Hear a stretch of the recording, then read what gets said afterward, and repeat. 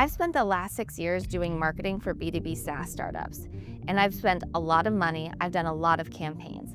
And 5 years before that, I did marketing for an accounting firm with a very small budget where I was building community and trust. In this video, I'm going to share exactly what works when marketing a high-ticket software or service so that you don't have to make the same mistakes I did. Let's jump in. The single biggest lesson I've learned in marketing is this. The company that can describe their ideal customer's problem better than anybody else, they're the company that wins. So a few weeks ago, I took a demo of a marketing asset creation platform, all generated through AI. Sounds great, right? So you go in, you put your website URL in, and it spits out a newsletter, a white paper, et cetera, et cetera.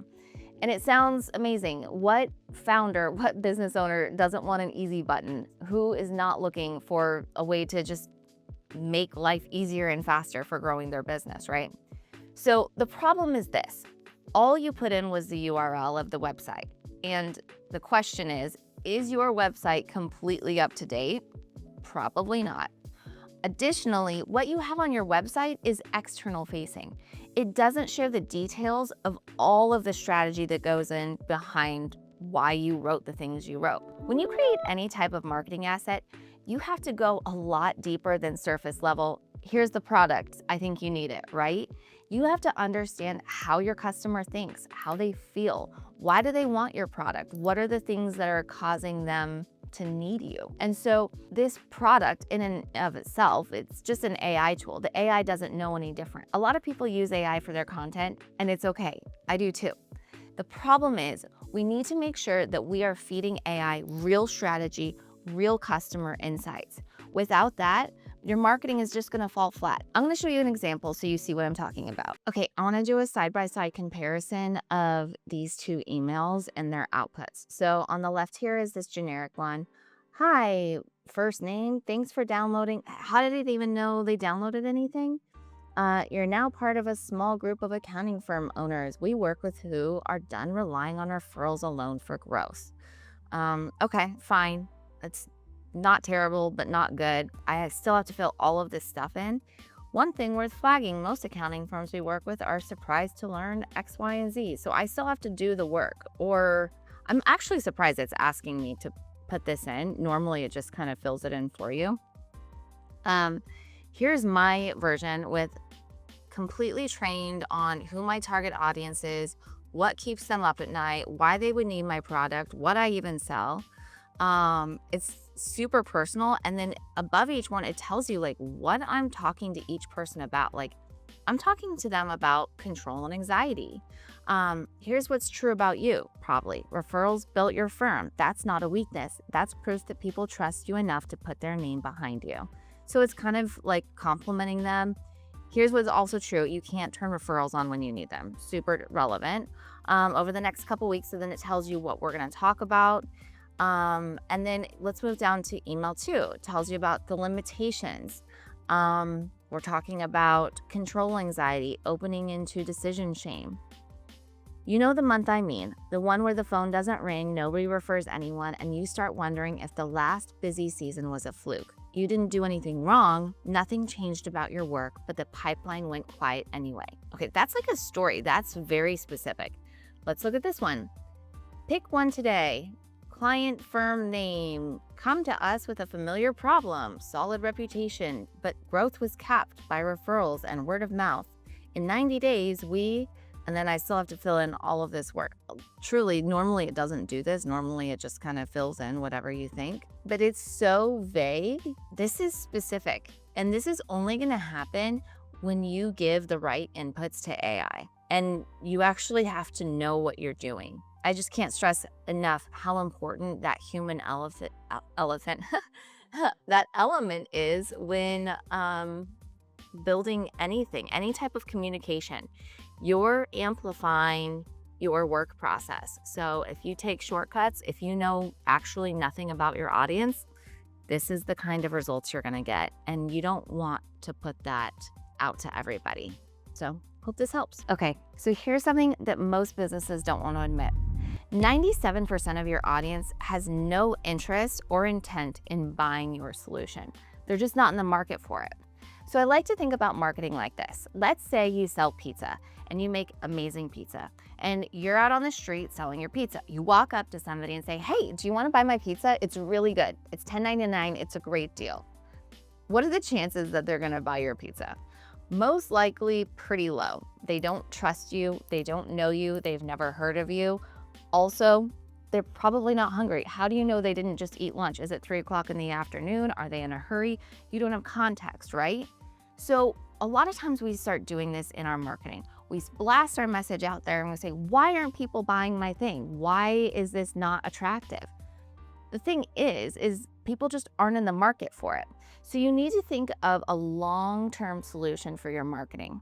How can you create memorable, trustworthy content? How can you communicate in a way that says, hey, remember me when you're in the market for this? If you instead start telling people, hey, I have really great pizza. You should check it out sometime. Hey, next time you're hungry, this pizza around the corner, amazing, come check it out. You wanna build communication for the long term, not just short-term gains. That's called brand marketing, and brand marketing is what gives you long-term success. Build for where your buyer actually is, and not just for when you're ready for them to sign. By the way, if you wanna see how we help SaaS and professional service businesses build these types of systems, there's a link in the description box below. Okay, so I am so passionate about authenticity and human-led content. There's two types of people out there. There's the type of person who believe AI is taking over and that at best, humans are gonna be managing robots, right? And then there's the second camp of people, the people that believe that AI can never replace what humans do. It just really makes them more efficient. So I have every reason to be on side A. I love AI and I love automation, and I come from a marketing operations background. I love efficiency, I love a good workflow, I love saving manual labor. But here's the thing, good AI is good when no one knows it's being used. It's best behind the scenes, and honestly, kind of in the middle. We need to start with the human and end with the human. AI just kind of makes everything move a little smoother and faster, right? AI generated content is just consuming our feeds, and people aren't into it. Honestly, LinkedIn itself admitted that their algorithm is now built to find and bury AI content because it's degrading the platform. And here's something crazy. AI doesn't even like AI. LLM search is specifically designed to find authentic and unique information, things that can't be faked. Generic content is becoming invisible. And while everybody's so worried about AI taking over our jobs, Anthropic, one of the largest LLM platforms out there, is hiring for storytellers, people that have the strategy and the creativity to build a story and tell it and communicate it. That tells you something. Here's an interesting study from the University of California. Across 8 experiments and over 1 million TikTok posts, they found that AI-labeled posts got fewer likes, less overall engagement, and creators are seen as putting noticeably less effort in. People also report feeling less connected to that creator. It's not that people hate AI, they hate what it means. It implies that maybe somebody's lazy, maybe they're not authentic, maybe their thoughts aren't their own. I like to think of marketing as a megaphone. It amplifies what's already happening in your business. And if you're amplifying generic content, generic thoughts, what does that say about your business? Instead, what would it be like if you continued to lead as a human, to be a real thought leader in your space and to have original ideas and stories that you tell? That's gonna stand out. Creativity and connection is something that AI just can't fake. So here's hoping that I'm betting on the right side of the AI debate because I'm building an entire business off of human-led content and authenticity. A lot of companies I've worked for in the past and even today have the same mistake. They're undervaluing the power of the customer story. Okay, I wanna share the results of an exciting ad campaign that one of my clients ran. They took the videos that we created for them, the customer interviews that were told well, edited well, but not a big budget, right? And they ran those against product video ads. And here's what they found. I'm gonna read you the results. 80% of people watched the entire video, even though there was a skip button at the bottom of the page. Click-through rates came in 67% higher than the industry benchmark. That's crazy, 67% higher, not just 67%.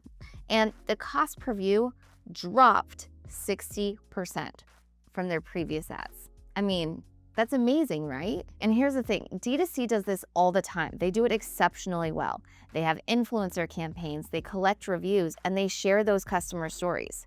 The only reason that B2B and service professionals are not doing this is because it's feeling like a checkbox. We haven't created a good system for creating compelling customer stories yet. We're still back in the PDF era, and it's time to move on. Okay, so the last thing I want to talk about is how there is a gap between the way that you talk about yourself and the way your customers talk about you. At a larger organization, there's a position called a PMM, a product marketing manager, and their role is really to create great feedback loops so that they can create better product and better messaging in their marketing. They really understand the customer deeply. At smaller organizations, you still need this role, and it's really hard to do yourself. It's really hard to take an outside perspective of what your customer needs. You're on the other end providing the service, and sometimes it's really hard to take an outside view. Think about the last time somebody asked you to say something really nice about yourself. It was probably really hard. Think about the last time somebody asked you to say something about your kids and talk about them. It was probably really easy to talk about how much you love them and they're perfect and they don't have any faults, right? People experience your kids a little differently. And so the idea here is that when you're so close to something and you care a lot about it, it's really hard to communicate effectively about whatever that thing is. That's exactly why your customer's point of view matters so much. They have a different perspective. You can't read the label from inside the jar. You can't see your company clearly through your customer's eyes and the real value that you're bringing. And honestly, you don't need a really big budget or to be a large corporation to do this. You just have to create a system where you can create those feedback loops. Talk to your customers. Have somebody else come in and talk to your customers. Because honestly, it's a little strange to ask your customers, tell me all the things you love about me. I think I would feel a little awkward if I was your customer. Okay, so here's a task I want you to do. In your next conversation with a client, I want you to ask them what they think the real value is. What do they think you actually even do? Then I want you to go to your website and I want you to read the copy on your website. How similar are the words that are used between what your customer actually said in their own words and the marketing copy on your website? 6 years inside SaaS startups taught me that the fundamentals just aren't that complicated. 1, describe the problem better than anybody else can. 2, build for the 97% that aren't ready to buy yet. It'll pay off in the long run, I promise. 3, lead with authenticity. You can use AI to optimize any workflow, but you better make sure that your AI is not cutting corners and not making you look bad. 4, treat your customer stories like the strategic asset that they actually are. If you feel like you're not getting the most out of your marketing and you need an outside perspective on your business, book a call in the link in the description box. And if this resonated, watch the next video where I break down the art of storytelling. See you there.